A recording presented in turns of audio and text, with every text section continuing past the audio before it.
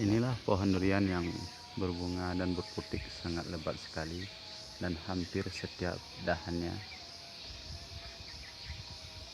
ini dihasilkan dari keseimbangan tanah yang cukup baik, sehingga putik-putiknya tiada yang rontok dan bunganya bagus sekali. Hampir kita lihat setiap dahannya dengan buah yang sangat lebat sekali. Ini proses alami.